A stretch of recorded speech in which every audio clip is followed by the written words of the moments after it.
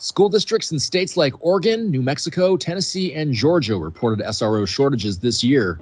Local law enforcement agencies in general are struggling to hire new officers. Kennedy says police aren't seen in a positive light, which could lead to fewer people wanting the job.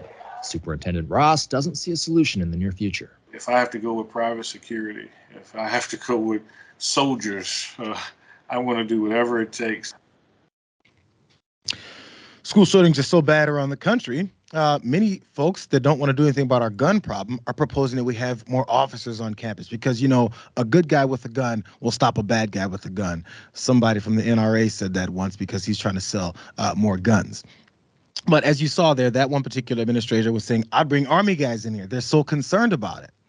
But the reason that might be a problem is these guys with guns that come in with uniforms on are sometimes bad people, and they do bad things. Let's look at this one particular case from Orange County out here in California. This ex-Orange County Sheriff's deputy is now been charged with showing porn to teens while working as a school resource officer. I guess he wasn't beating on them at the time, so that works. While assigned to Trabuco Hills High School last September, Justin Ramirez allegedly showed two teenage girls who approached his patrol car during lunch a pornographic video that included a woman being stabbed to death.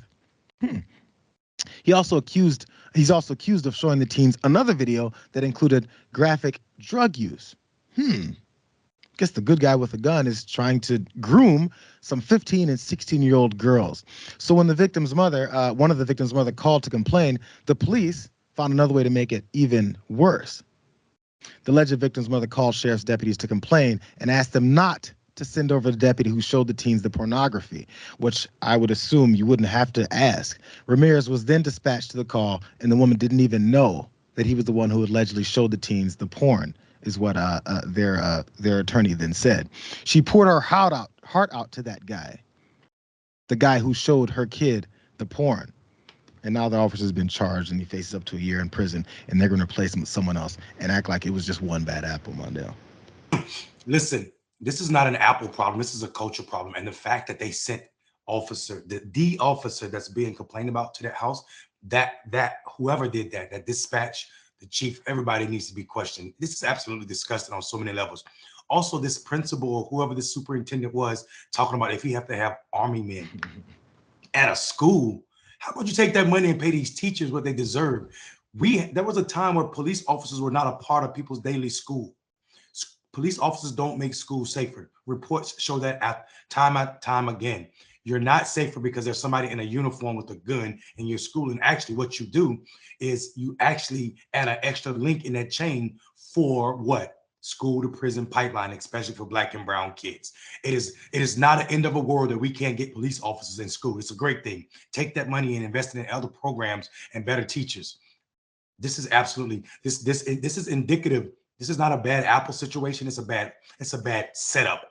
The way that we think we need police officers in school, it's exploded over the last 2 decades, but it's absolutely disgusting. And it's not the norm. We didn't grow up with police in school. We just didn't.